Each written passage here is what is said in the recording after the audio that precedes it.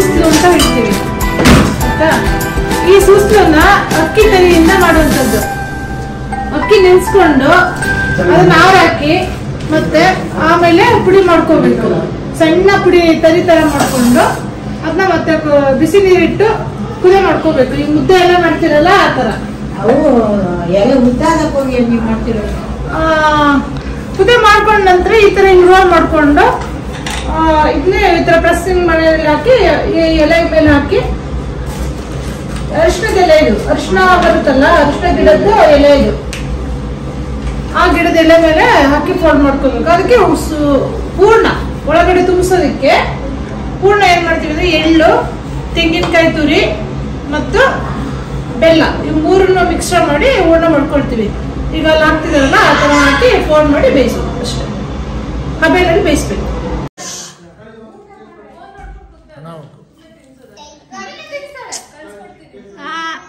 ಒಂದ್ ನಿಮಿಷ ವ್ಲಾಗ್ ಮಾಡ್ತಾ ಇದೀವಿ, ಸೈಲೆನ್ಸ್ ಇರ್ಲಿ. ಬರ್ಬೇಕಂತಾರಪ್ಪ ಏನು ತಾತ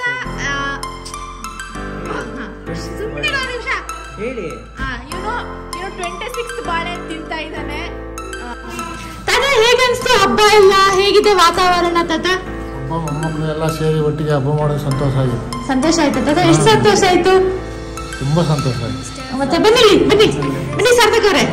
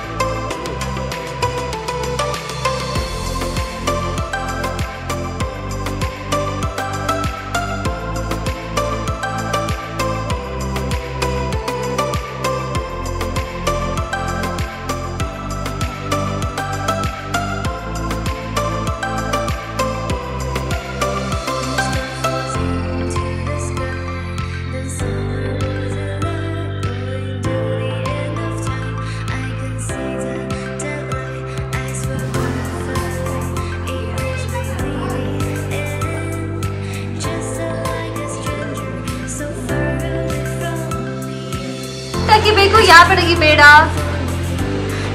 ಲಕ್ಷ್ಮಿ ಪಟಾಕಿ ಮತ್ತೆ ಆಟಂ ಬಾಂಬ್ ಮತ್ತೆ ಬುಲೆಟ್ ಬಾಂಬ್ ಬೇಡ. ಫ್ಲವರ್ ಬಟ್ ಮತ್ತೆ ಸೊಸೆ ಬಟ್ ಬೇಕು. ಡಬ್ಬ ಅನ್ನತ್ತೆ. ಲಕ್ಷ್ಮಿ ಪಟಾಕಿ ಡಬ್ಬಂದ್ರೆ ಎಲ್ಲರೂ ಕಿವಿ ಮುಸ್ಕೊಬೇಕು. ಎಲ್ಲ ಒಟ್ಟಿಗೆ ಆಗ್ತದೆ. ಡಬ್ಬಂದ್ರೆ ಕಿವಿನೇ ಬ್ಲಾಸ್ಟ್ ಆಗುತ್ತೆ.